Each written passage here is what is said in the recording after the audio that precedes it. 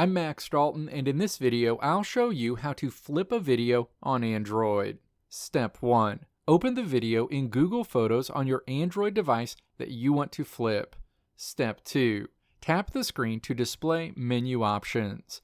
Step 3. Tap the vertical ellipses at the top of the screen. A menu opens. Step 4. Tap the icon that looks like the crop symbol with rotating arrows moving around it.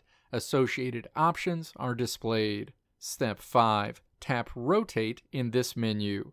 The video will rotate 45 degrees to the left. Continue tapping Rotate until you get the video positioned exactly how you want it, and then click Save Copy. A copy of your flipped video will be saved to Google Photos on your Android device.